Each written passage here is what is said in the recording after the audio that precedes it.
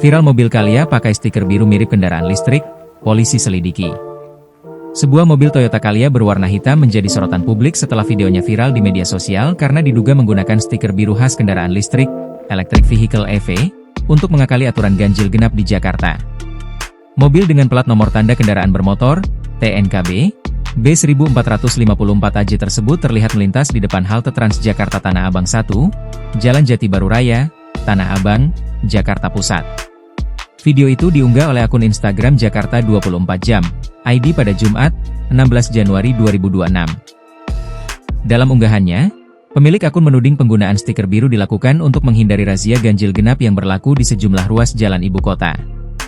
Mobil Calya gunakan plat berstiker biru mirip mobil listrik, diduga akali aturan ganjil genap, tulis pengunggah video tersebut. Menanggapi viralnya video itu, Direktur Lalu Lintas Polda Metro Jaya Kombes Komarudin menegaskan penggunaan TNKB atau atribut kendaraan yang tidak sesuai dengan peruntukannya merupakan pelanggaran aturan lalu lintas.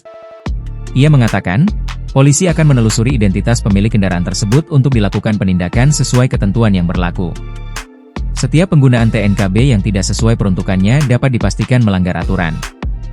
Dan akan kami selidiki, kata Komarudin saat dikonfirmasi, Sabtu, 17 Januari 2026.